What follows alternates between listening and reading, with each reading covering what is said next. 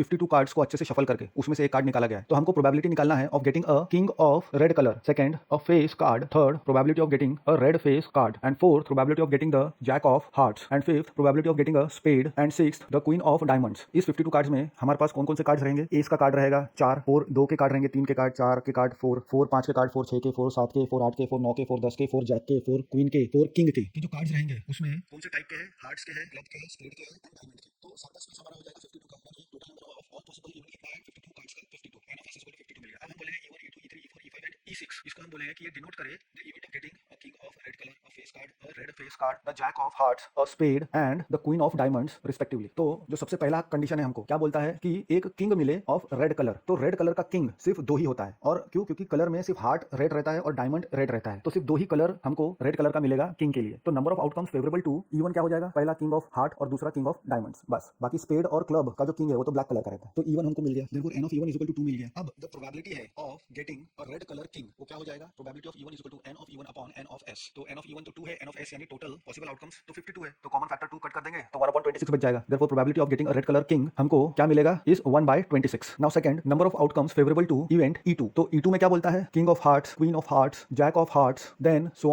On jack of spade. 12 face card है, तो n of E2 जो है हमको क्या मिल जाएगा? 12, क्योंकि 4 किंग होते हैं, 4 क्वीन होते हैं, 4 जैक होते हैं। फेस कार्ड की बात हो रही है क्योंकि। Therefore probability of getting a face card E2 is equal to n of E2 upon n of s is equal to 12/52 is equal to 3/13। ये हो गया हमारा। नाउ तीसरे के लिए number of outcomes favourable to E3। तो E3 मिले, इसके लिए क्या आउटकम फेवरेबल है? King of hearts, comma king of diamonds, queen of hearts, comma so on jack of spade, यानी n ऑफ E3 हमारे पास कितना मिलेगा? 6 मिल जाएगा। अब ये E3 कौन से इवेंट्स है? Red face card. Therefore probability of getting a red face card P of E3 is equal to n of E3 upon n of s is equal to 6/52 is equal to 3/26। Therefore probability of getting a red face card कितना हो गया? 3/26। Now fourth, number of outcomes favourable to E4। तो E4 हमको क्या मिल जाएगा? Is equal to number of outcome favourable of getting jack of hearts. तो एक ही होता है jack of hearts, therefore n of E4 is equal to 1 मिल जाएगा। Therefore probability of getting jack of hearts क्या हो जाएगा? Probability of E4 is equal to n of E4 divided by n of s is equal to 1/52। Therefore the probability of getting jack of hearts is 1/52। Now next, number of outcomes favourable to E5 is equal to ace of spades, 1 of spades, so on so jack of spades. Therefore n of E5 हमको क्या मिल जाएगा? 13। क्यों? क्योंकि हमको probability निकालनी है of getting a